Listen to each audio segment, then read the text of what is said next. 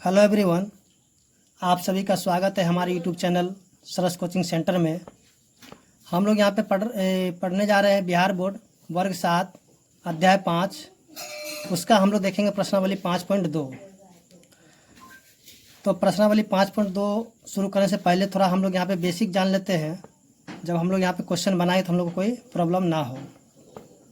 तो आइए हम लोग शुरू करते हैं इसका बेसिक। जैसे कि यहाँ पे दिया हुआ है कि तिर्यक रेखा द्वारा दो रेखाओं को काटने से बनने वाले कोण। जैसा कि यहाँ पे दिया हुआ, जैसे कि ये दो रेखा है और इसको एक तिर्यक रेखा काट रहा है। तो सबसे पहले हम लोग यहाँ पे देखते हैं कि इनकी जो बाईं ओर है, ठीक है, वो कौन कौन सा कोण बन रहा है उसको हम लोग देख लेते हैं। जैसा कि देखिए ये लाइन है, तो इस इधर जो है मेरा बाईं ओर यानी कि LHS हो जाएगा और ये क्या हो जाएगा RHS। तो यहाँ पे जो बाईं ओर जो मेरा कोण बन रहा है एंगल 2, उसके बाद एंगल 3, एंगल 6 और एंगल 7, यानी कि ये जो है बाईं ओर इसके कोण बन रहा है। उसके बाद जो है इसी के बाईं ओर जो है इसमें जो है 2 और 7 इसका बाह्य कोण हो जाएगा और 3 और 6 इसका अंतः कोण हो जाएगा। तो बाईं ओर में ही हम लोग थोड़ा देख लेते हैं कि बाह्य कोण या बहिष्ठ कोण। चलिए इसको बाह्य कोण जो है बाईं ओर हो जाएगा एंगल 2 और एंगल 7, ये हो गया आपका बाह्य कोण। उसी तरह बाईं ओर में अंतः कोण जो हो जाएगा एंगल 3 और एंगल 6, ये मेरा अंतः कोण हो जाएगा बाईं ओर का, और ये हो जाएगा बाह्य कोण हो जाएगा इसका बाईं ओर का। उसी तरह यहाँ पे हम लोग थोड़ा और देख लेते हैं कि जो दाईं ओर जो कोण बनेगा, दाईं ओर यानी कि RHS में, तो यहाँ पे एंगल 1, एंगल 4, एंगल 5 और एंगल 8। उसी तरह यहाँ पे बाह्य कोण जो इसका बनेगा दाईं ओर के, ये हो जाएगा एंगल 1 और एंगल 8। उसके बाद इसका अंतः कोण जो होगा एंगल 4 और एंगल 5।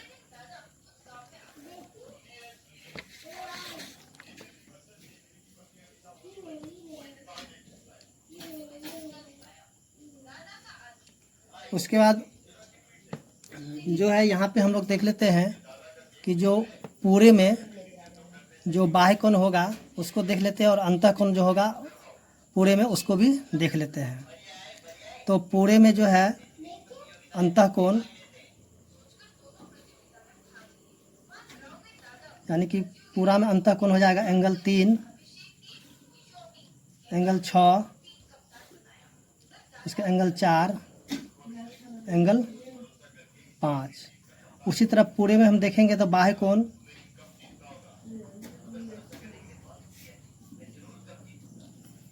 एंगल 1, एंगल 2, उसके बाद एंगल 7, एंगल 8, यानी कि ये पूरे फिगर में अंतः कोण और बाह्य कोण है। उसी तरह अब हम लोग यहाँ पे देख लेते हैं संगत कोण।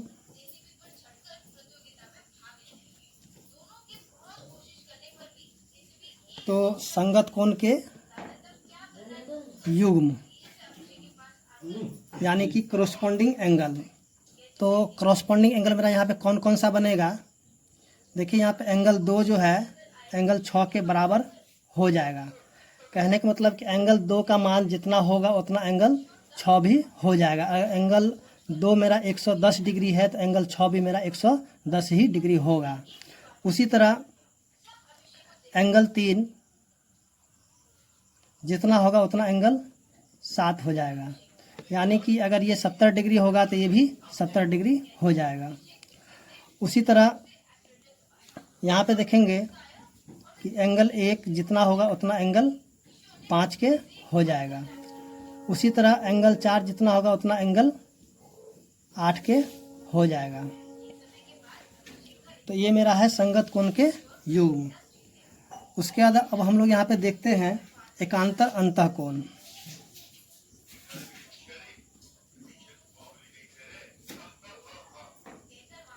एकांतर अंतःकोण जिसको हम लोग बोलते हैं अल्टरनेट इंटीरियर एंगल। तो जब यहाँ पे मेरा फिगर इस तरीके से बनेगा, यानी कि ये जेड, फिर यहाँ पे हम बोल सकते हैं उल्टा जेड भी ले सकते हैं यहाँ से, उसके बाद एन, या फिर उल्टा एन भी हम कर सकते हैं। तो जैसा कि यहाँ पे दिया हुआ, जैसे कि एकांतर अंतःकोण जो होगा इस तरीके से फिगर आपका बनाएगा यहाँ से, यानी कि ये कोण जितना होगा उतना ये वाला हो जाएगा, ये कोण जितना होगा उतना इसका ये वाला कोण हो जाएगा। जैसे यहाँ पे जितना होगा इतना ये वाला कोण होगा और ये जितना होगा उतना ये वाला कोण हो जाएगा, जैसा कि फिगर में दिया हुआ है। जैसे यहाँ पे एंगल 3 जितना होगा उतना एंगल 5 के हो जाएगा, एंगल 4 जितना होगा उतना एंगल 6 के बराबर हो जाएगा। तो ये मेरा हो जाएगा अल्टरनेट इंटीरियर एंगल। तो हम कह सकते हैं कि एंगल 3 बराबर एंगल 5 के हो जाएगा, यानी कि एंगल 3 का मान जितना होगा उतना एंगल 5 के हो जाएगा। उसी तरह एंगल 4 जितना होगा उतना एंगल 6 भी हो जाएगा। तो ये हो जाएगा आपका एकांतर अंतःकोण से। उसके बाद हम लोग देखते हैं एकांतर बाह्य कोण, यानी कि अल्टरनेट एक्सटीरियर एंगल। तो अल्टरनेट एक्सटीरियर एंगल जो है यहाँ पे एंगल 1 जितना होगा उतना एंगल 7 के हो जाएगा और एंगल 2 जितना होगा उतना एंगल 8 के बराबर हो जाएगा। तो हम कह सकते हैं कि एंगल 1 बराबर एंगल 7 के हो जाएगा और एंगल 2 बराबर एंगल 8 के हो जाएगा। उसके बाद आता है अंतःकोण का योग, यानी कि जिसको हम लोग बोल सकते हैं को इंटीरियर एंगल। अंतःकोण का योग, यानी कि हम इसको बोल सकते हैं को इंटीरियर एंगल।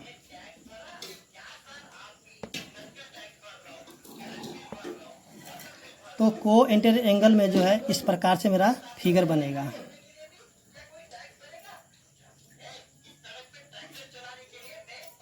यानी कि यहाँ से जो ये तिर्यक रेखा इसको काट रहा है, ये 2 रेखा को ये तिर्यक रेखा काट रहा है, तो इसके अंदर जो भी जैसे ये कोण है और ये वाला कोण है और यहाँ पे ये कोण है और यहाँ पे ये वाला कोण है। जैसा कि यहाँ पे हम लोग फिगर में देख लेते हैं थोड़ा सा, जैसे कि ये फिगर जो है यहाँ से इस तरीके से ये कट कर रहा है, फिर यहाँ से देखिए इधर से ये कट रहा है। तो यहाँ पे एंगल 3 और प्लस में एंगल 6, यानी कि इन दोनों को जब हम जोड़ेंगे तो 180 के बराबर होगा। एंगल 4 और एंगल 5 को जब जोड़ेंगे तो 180 के बराबर हो जाएगा। तो जैसा कि यहाँ पे एंगल 3 और प्लस एंगल 6 बराबर 180 डिग्री के हो जाएगा।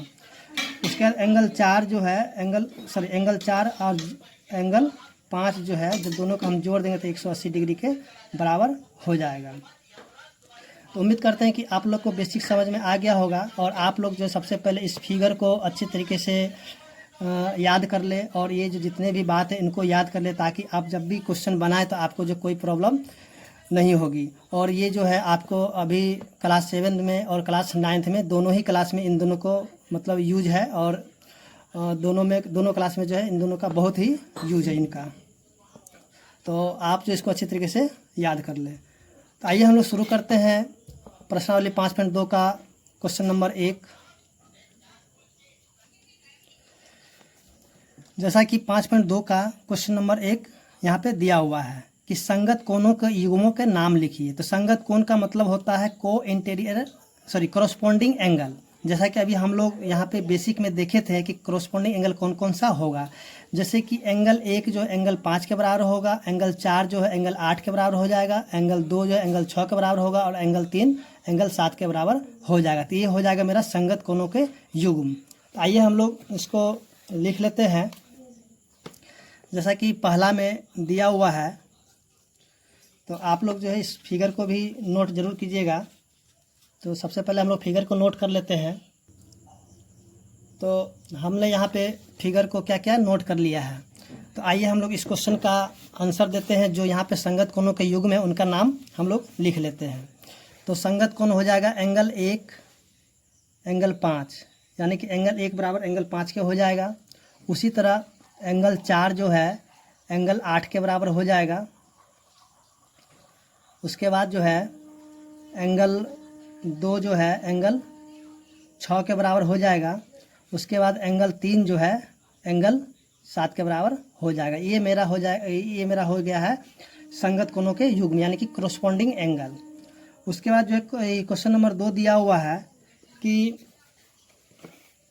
अंतः एकांतर कोणों के युग्मों के नाम लिखे, यानी कि यहाँ लिखना है हमें अल्टरनेट इंटीरियर एंगल का नाम लिखना है। तो अल्टरनेट जो है यहाँ पे एंगल 3 जो एंगल 5 के बनाएगा और एंगल 4 जो एंगल 6 के बनाएगा। तो आइए हम लोग इसको भी लिख लेते हैं कि एंगल 3 जो है एंगल 6 के बराबर एंगल 3 जो एंगल 5 के बराबर हो जाएगा और एंगल जो है 4 एंगल 6 के बराबर हो जाएगा। यानी कि ये हो जाएगा आपका अंतः एकांतर कोण के युग्म यानी कि अल्टरनेट इंटीरियर एंगल। उसी तरह यहाँ पे हम लोग क्वेश्चन नंबर 3 को देखते हैं। यहाँ पे दिया हुआ बाह्य एकांतर कोणों के युग्म के नाम लिखना है, यानी कि अल्टरनेट एक्सटीरियर एंगल का नाम लिखना है। तो अल्टरनेट एक्सटीरियर एंगल 1 जो है एंगल 7 के बराबर हो जाएगा, एंगल 2 जो है एंगल 8 के बराबर हो जाएगा। तो हम यहाँ पे लिखेंगे कि एंगल 1 बराबर एंगल 7 के होगा। उसके बाद एंगल 2 जो है एंगल 8 के बराबर हो जाएगा, यानी कि ये हो जाएगा मेरा अल्टरनेट एक्सटीरियर एंगल। उसके बाद क्वेश्चन नंबर 4 दिया हुआ है कि तिर्यक रेखा के एक ही ओर के अंतः कोणों के नाम लिखिए, यानी कि तिर्यक रेखा है तो एक ओर में इधर यानी कि इस तरफ हमें देखना और इधर भी देखना है। तो एक ही ओर जो अंतः कोण है एंगल 4 और एंगल 5 एक ही ओर है और एंगल 3 और एंगल 6 एक ही ओर है, यानी कि दोनों के दोनों अंतः कोण है। तो यहाँ पे हम लिख सकते हैं 4 में कि एंगल 4 और एंगल 5 यानी कि एक ही ओर जो है इसका अंतः कोण है। उसके बाद दूसरा हो जाएगा एंगल 3 और एंगल 6, तो ये एक ही ओर अंतः कोणों के नाम हो जाएगा। तो उम्मीद करते हैं कि क्वेश्चन नंबर 1 से लेकर आपको 4 तक समझ में आ गया होगा। अब हम यहाँ पे क्वेश्चन नंबर 5 को देखते हैं। तो जैसा कि क्वेश्चन नंबर 5 में दिया हुआ है पहला क्वेश्चन कि 5 में दिया हुआ है कि L पैरेलल M है, यानी कि L जो है M के समांतर है, तब X का माप बताइए। तो आइए हम लोग सॉल्व करते हैं इस क्वेश्चन को।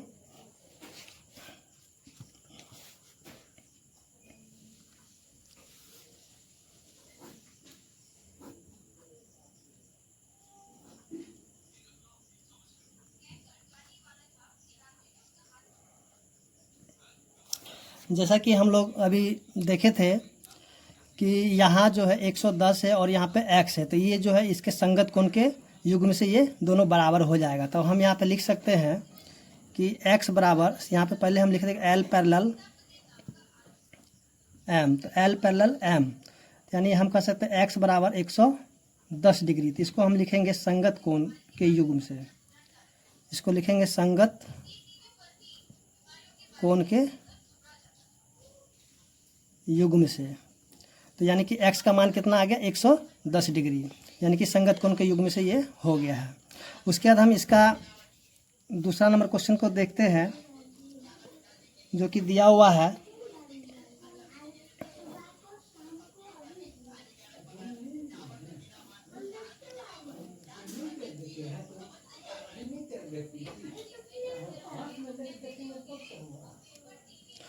तो यहाँ पे L पैरेलल M हो गया, यानी कि L जो समांतर M के हो गया है। तब हम यहाँ पे कह सकते हैं कि x बराबर 50 डिग्री हो जाएगा। ये हो जाएगा आपका अल्टरनेट इंटीरियर एंगल से, यानी कि एकांतर अंतः कोण से। तो आपका ये हो जाएगा एकांतर अंतः कोण से। आपको जो ये जो प्रॉपर्टीज़ है इनको लिखना अनिवार्य हो जाएगा, यानी कि इनको लिखना बहुत ही ज़रूरी होगा। अगर ये नहीं लिखेंगे तो आपका यहाँ पे मार्क्स भी कट सकता है, तो इनको लिखना आपको बहुत ज़रूरी है। उसी तरह यहाँ पे हम क्वेश्चन नंबर 3 को देखते हैं। तो दिया हुआ है फिगर इस प्रकार है।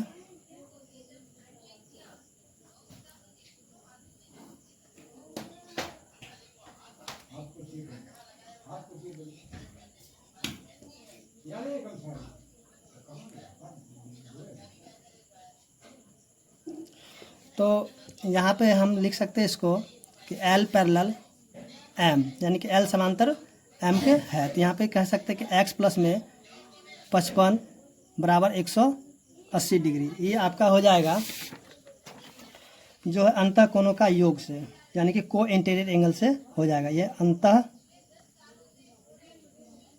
कोणों के योग से। तो यहाँ पे x बराबर 180 और माइनस में 55 डिग्री, तो x बराबर हो जाएगा 125 डिग्री। यहाँ पे x का मान निकल के 125 डिग्री। तो उम्मीद करते हैं कि क्वेश्चन नंबर 5 आपको समझ में आ गया होगा। अब हम यहाँ पे क्वेश्चन नंबर 6 को यहाँ पे देखेंगे। तो जैसा कि यहाँ पे क्वेश्चन नंबर 6 दिया हुआ है कि L पैरेलल M तथा P पैरेलल N, तब हमें बताना है कि एंगल X तथा एंगल Y का मान कितना होगा। तो आइए हम लोग सॉल्व करते हैं इस क्वेश्चन को। तो सबसे पहले हम करेंगे क्या, यहाँ पे P पैरेलल N से अगर लेते हैं तो 65 जितना है उतना x के बराबर आ जाएगा, यानी कि संगत कोणों के युग्म से। तो हम यहाँ पे लिखेंगे P पैरेलल N, तब हम कह सकते हैं कि x बराबर हो जाएगा 65 डिग्री के बराबर हो जाएगा। ये हो जाएगा संगत कोणों के युग्म से।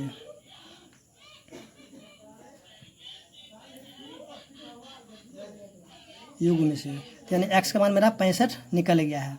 अब हम यहाँ पे फिर कहेंगे कि L पैरेलल M, जब L पैरेलल यानी कि A वाला पैरेलल इसके हो जाएगा तो ये जो इसके अल्टरनेट यानी कि अल्टरनेट इंटीरियर एंगल बनाएगा, यानी कि एकांतर अंतः कोण के युग्म से ये वाला x के बराबर y हो जाएगा। तो यहाँ पे हम कह सकते हैं कि x बराबर y बराबर 65 डिग्री।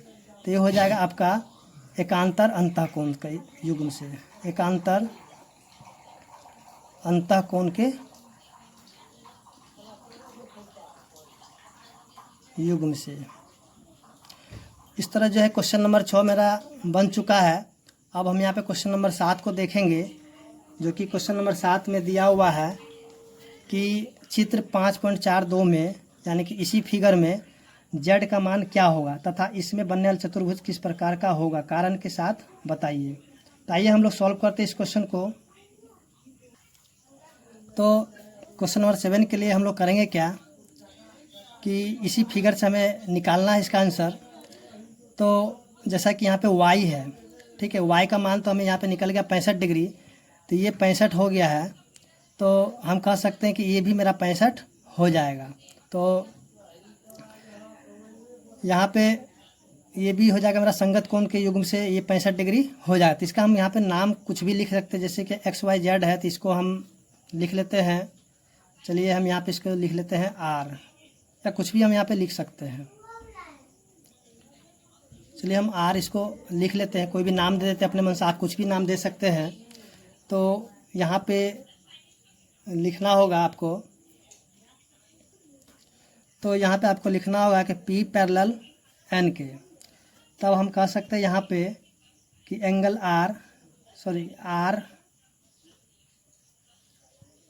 बराबर Y बराबर 65 डिग्री।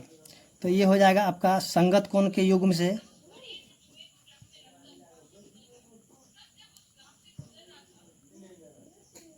से, अब जो है अब हमें यहाँ पे निकालना है इसका z का मान। तो हम यहाँ पे लिखेंगे कि अब यहाँ पे यहाँ पे R प्लस में z बराबर 180 डिग्री, कि यहाँ जो है ये दोनों लीनियर पेयर बन जाता है, यानी कि z और r यहाँ पे लीनियर पेयर बना रहा है। तो इन दोनों को जब हम जोड़ेंगे तो 180 डिग्री के बराबर हो जाएगा। तो यहाँ पे हम लिख सकते हैं कि LP यानी कि लीनियर पेयर, यानी कि रैखिक युग्म से ये बन रहा है। तो यहाँ पे R का मान R का मान यहाँ पे 65 आ चुका है यहाँ से। तो यहाँ पे कि 65 प्लस में z बराबर 180 डिग्री, तो z बराबर हो जाएगा 180 में से हम घटा देंगे 65 डिग्री, तो z का मान निकल जाएगा 115 डिग्री। तो यहाँ जो है z का मान मेरा निकल गया है 115 डिग्री। तब अब जो है तो बताना कि ये जो किस प्रकार का एंगल बना है। तो यानी कि यहाँ पे 115, तो ये भी मेरा 115 हो जाएगा और ये भी 115 हो जाएगा। तो इस प्रकार जो बनने वाला जो चतुर्भुज होता है इसको हम लोग बोलेंगे समांतर चतुर्भुज। तो यहाँ पे हम लिख सकते हैं कि ये जो है समांतर चतुर्भुज बनेगा। तो उम्मीद करते हैं क्वेश्चन नंबर 7 आपको समझ में आ गया होगा। अब हम यहाँ पे देखेंगे क्वेश्चन नंबर 8 को। तो जैसा कि क्वेश्चन नंबर 8 यहाँ पे दिया हुआ है कि चित्र 5.43 में ए बी पैरेलल सी ई तथा सी ई पैरेलल डी एफ, तब एंगल बी बराबर 45 डिग्री, तब एंगल सी तथा एंगल डी का मान ज्ञात करें। अब यहाँ पे बताना है क्या A B parallel D F, यदि हाँ तो कैसे। तो आइए हम लोग सॉल्व करते हैं इस क्वेश्चन को, फिर देखते हैं कि ये किस प्रकार से जो है पैरेलल है। तो जैसा कि क्वेश्चन नंबर 8 यहाँ पे हमने फिगर बना लिया है, तो हमें यहाँ पे एंगल सी यानी इसका मान निकालना है और एंगल डी यानी कि इसका मान हमको यहाँ पे निकालना है। तो ये जो है यहाँ पे हम कह सकते हैं कि इस फिगर को हम आगे इस तरह से अगर बढ़ा देते हैं तो ये सी यानी कि ये जो है ए बी पैरेलल हो जाएगा सी ई के, यानी कि इसका नाम भी यहाँ पे दे देते हैं यहाँ पे ई। तो यहाँ पे हम कह सकते हैं कि ए बी पैरेलल यानी कि सॉरी ई तो है ही है, यहाँ पे हम जी कर देते हैं, यहाँ पे वही हो जाएगा। तो सीधे सीधे हम कह सकते हैं इसको, चलिए हम इसको लिख देते हैं सी ई, यानी कि ए बी पैरेलल सी ई के। तब जो एंगल बी जो है बराबर हो जाएगा एंगल सी के, बराबर हो जाएगा ये 45 डिग्री। तो ये आपका हो जाएगा जो ये यहाँ पे बन रहा है, यानी कि ये वाला कोण इसके बराबर आ रहा है, तो यानी कि अल्टरनेट इंटीरियर एंगल से बन रहा है, यानी कि एकांतर अंतःकोण के योग से ये बन रहा है। तो यहाँ पे लिखेंगे एकांतर अंतःकोण से। उसी प्रकार यहाँ जो है लिखेंगे कि angle C E parallel D F. तो यहाँ पे एंगल सी बराबर एंगल डी के हो जाएगा, तो ये हो जाएगा मेरा करस्पॉन्डिंग एंगल से, यानी कि ये हो जाएगा संगत कोण के युग्म से, तो बराबर हो जाएगा ये भी 45 डिग्री। तो ये हो जाएगा आपका संगत कोण के युग्म से। अब इसमें हमें बताना है कि क्या A B parallel D F है, यदि हाँ तो कैसे। तो आइए हम लोग देख लेते हैं। जैसा कि हम लोग जानते हैं कि यहाँ पे 45 है और यहाँ पे इन दोनों को जब हम जोड़ देंगे तो 180 के बराबर हो जाएगा। उसी तरह यहाँ पे जो है ये 45 डिग्री हो गया और इसको हम यहाँ पे जोड़ेंगे तो ये जो है दोनों के दोनों 180 के सॉरी इसको और इसको जोड़ने पे 180 के बराबर हो जाएगा। तब हम कह सकते हैं कि यहाँ पे ए बी पैरेलल जो है सी ई के हो जाएगा और सी ई पैरेलल डी एफ के बराबर हो जाएगा। तो उम्मीद करते हैं क्वेश्चन नंबर 8 आपको समझ में आ गया होगा। अब हम यहाँ पे देखेंगे क्वेश्चन नंबर 9, जो कि यहाँ पे क्वेश्चन नंबर 9 दिया हुआ है कि चित्र 5.44 में L और M दो रेखाओं को N एक तिर्यक रेखा काटती है, तब किन किन कोणों के बराबर होने पर L पैरेलल M होगा।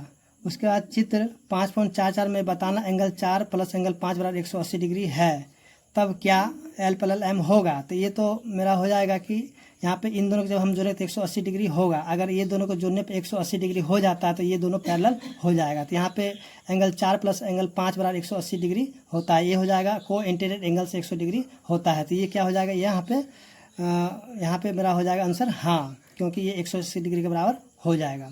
तो आइए हम लोग इसका क्वेश्चन नंबर 9 का पहला देखते हैं।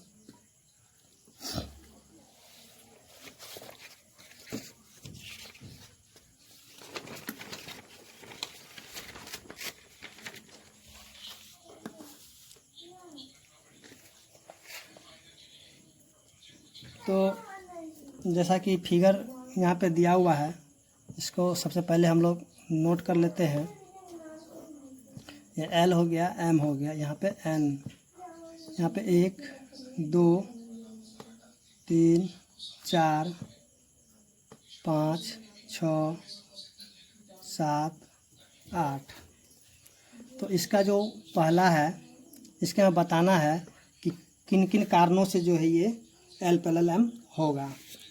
तो आइए हम लोग देखते हैं। जैसा कि हम लोग जानते हैं कि एंगल ए जो जितना भी हम लोग पीछे प्रॉपर्टीज पढ़े थे सो उनको यहाँ पे बराबर दिखा देना होगा, तब ये पैरेलल हो जाएगा। तो हम कह सकते हैं कि एंगल 2 जो है बराबर एंगल 6 के होना चाहिए।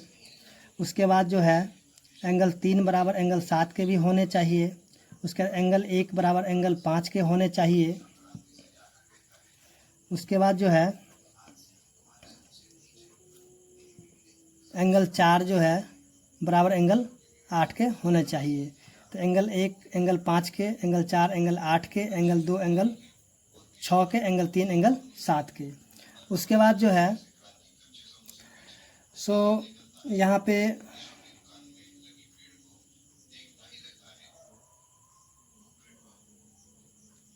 उसके बाद जो है यहाँ पे हम ये भी कह सकते हैं कि एंगल 4 जो है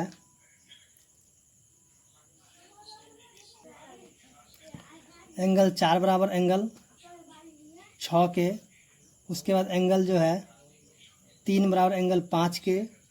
उसके बाद एंगल 1 जो है बराबर एंगल 7 के और एंगल 2 बराबर एंगल 8 के। यानी कि जब ये आपस में जब बराबर हो जाएगा तब हम कह सकते हैं कि एल जो है एम के समांतर हो जाएगा, कि एल पैरेलल एम हो जाएगा।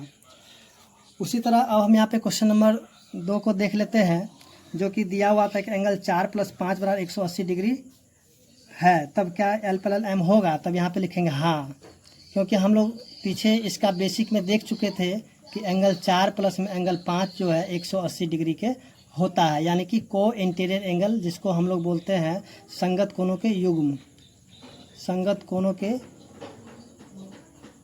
युग्म 180 डिग्री के बराबर होता है। तो उम्मीद करते हैं कि आपको जो है क्वेश्चन नंबर 9 समझ में आ गया होगा। अगर आपको मेरा वीडियो अच्छा लगा हो तो मेरे चैनल को सब्सक्राइब कर दे और मेरे वीडियो को लाइक कर ले और अपने मित्रों के साथ ज़रूर शेयर करें। धन्यवाद।